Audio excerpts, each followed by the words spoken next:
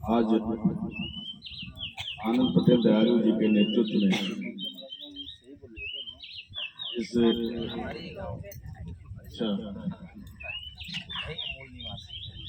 टिटवा गांव की चुनावी बैठक में हमारे बीच में ऐश्वर्या पटेल जी, रंजू विश्वकर्मा जी, संतोष कनौजिया जिला सचिव, उमेश जी प्रधान, अमिताभ आलम जी प्रदेश सचिव अल्पसंख्यक, शिबू शेख जी जिला उपाध्यक्ष और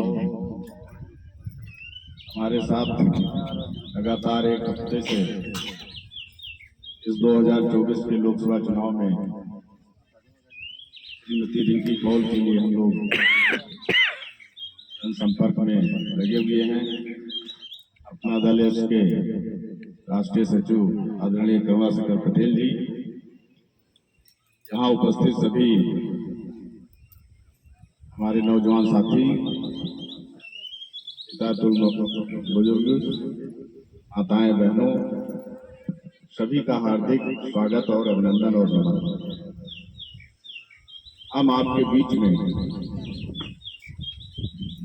मोदी जी का संदेश, योगी जी का संदेश और अनुप्रिया जी का संदेश लेके आए।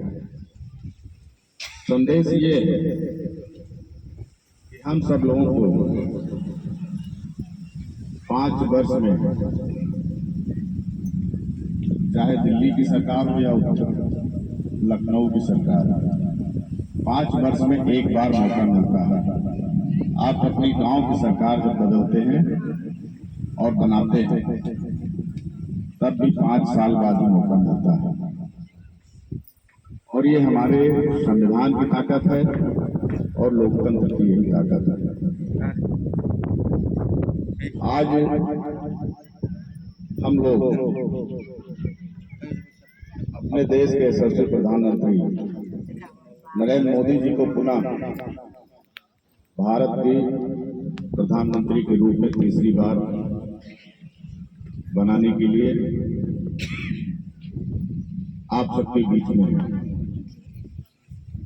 और उन्होंने जिनको आशीर्वाद स्वरूप आपके पास भेजा है प्रत्याशी बनाकर, वो आपके बीच भी एक पढ़ी लिखी महिला श्रीमती रिंकी कौल जी। रिंकी कौल जी वर्तमान में मिर्जापुर की 96 सीट से विधायक भी हैं और इलाहाबाद डिग्री कॉलेज से ग्रेजुएट भी हैं। मैं विपक्ष का नाम नहीं लूंगा, और मैं जो यहाँ का रहने वालों ने पता नहीं था, लेकिन अखबार में अभी 3 दिन पहले पढ़ा कि विपक्ष का जो उम्मीदवार है वो कक्षा 5 पास है।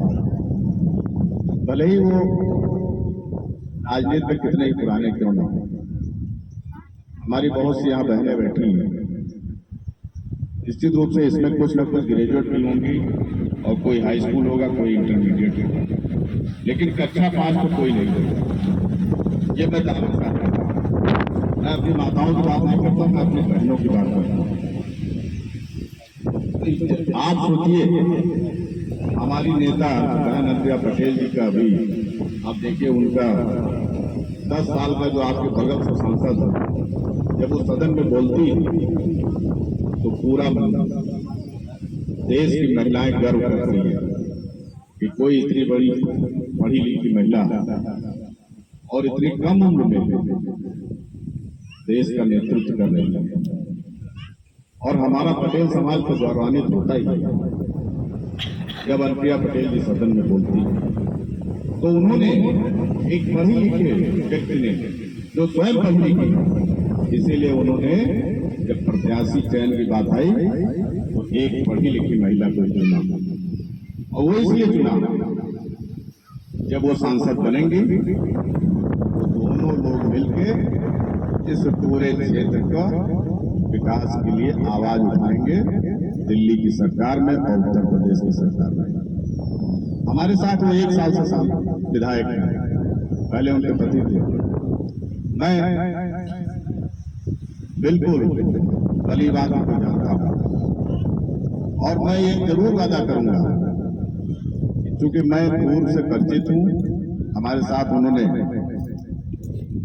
उत्तर प्रदेश की सरकार में सदन में हम लोगों के बीच में एक साथ काम किया है और इतना मुझे विश्वास है कि वो उनका मैंने परिवार के बारे में पूछा तो वो इलाहाबाद में कैसे पढ़ी। उनके पिताजी एक अच्छे पोस्ट पे सरकारी नौकरी में थे और इलाहाबाद में रहते थे। वो बहुत बड़ा फर्क पड़ता है किसी प्रत्याशी के जीवन में संस्कारों का और पारिवारिक माहौल का। निश्चित रूप से कहीं ना कुछ नाराजगी हो सकती है किसी से, लेकिन मैं इतना जरूर वादा करता हूं, भरोसा दिलाता हूं, जो फैसला हुआ है राष्ट्रीय नेतृत्व द्वारा बहुत सोच समझ के हुआ है और आप सब लोग 1 तारीख को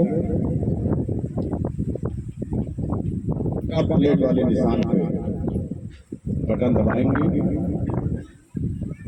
और उनको सांसद बनाएंगे। सांसद आप क्यों बनाएंगे? जब उनको सांसद बनाएंगे तभी मोदी जी प्रधानमंत्री बनेंगे और जो उनके 400 का लक्ष्य है, अब की बार 400 पार, और उसमें एक माला मिर्जापुर से तो जानी ही जानी है और दूसरी सहयोगी के रूप में सोनभद्र से भी जाएगी, रावतगंज से भी जाएगी।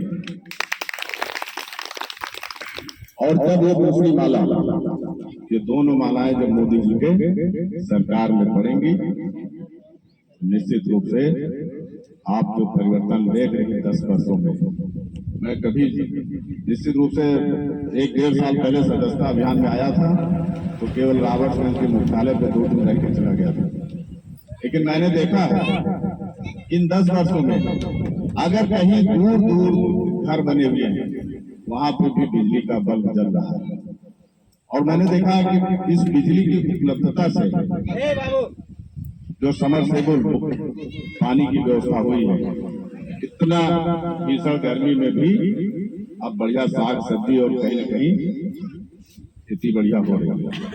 ये बिजली की देन है और ये मोदी सरकार की देन है सौभाग्य योजना, और उस सौभाग्य योजना से हर घर को बिजली पहुंचाने का काम किया, हर घर नल की योजना से हर घर जल पहुंचाने का काम किया। ये बुंदेलखंड और ये क्षेत्र निश्चित रूप से पानी की समस्या से परेशान रहता था। बहुत सी ऐसी योजनाएं हैं। सबसे बड़ी समस्या तो हर महिला की चिंता ये होती थी कि हम अपने परिवार को भरपेट भोजन कैसे उपलब्ध कराएं। जब कोरोना काल था उसी समय से जब रोजगार नहीं थे, पहले और योगी जी ने कि सबको मुफ्त राशन उपलब्ध कराएंगे। हमारी कुछ बहनें अगर स्वयं सहायता समूह से जुड़ी होंगी तो आपने देखा होगा कि तमाम ऐसे स्वयं सहायता समूह जिनके माध्यम से अभी हमने कई महिलाओं से पूछा तो उनको सिलाई की मशीन मिली है, सिलाई की मशीन तक मिली है किसी को मिला है ना। तो इतना ख्याल रखते हैं मोदी जी, हमारा भी फर्ज बनता है हम उनके विश्वास को कायम रखें। वो कहते हैं सबका साथ और सबका विकास और सबका प्रयास और सबका विश्वास। अब हमारा प्रयास ये होना चाहिए कि जितनी योजनाएं चल रही हैं वो योजनाएं आगे 5 साल फिर जारी रहेंगी और वो 5 साल तभी जारी रहेंगे जब मोदी जी इस देश के प्रधानमंत्री बनेंगे।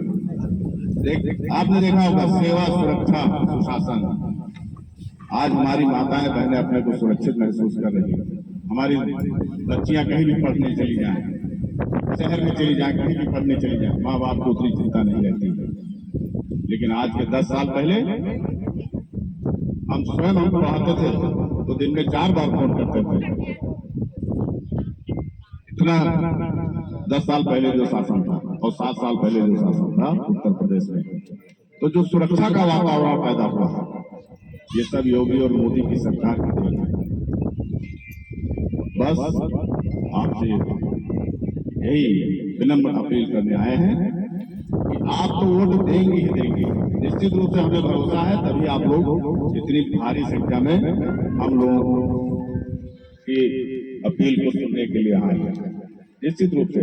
लेकिन आजकल आप सब लोग अपने हाथ में सबके मोबाइल है, आप लोग अपने संबंधी, रिश्तेदार, नातेदार, गांव चूंकि दूर दूर घर बने हुए हैं, सबको फोन करके 1 तारीख को वोट देने के लिए प्रेरित करेंगे, उनको जागरूक करने का काम करेंगे।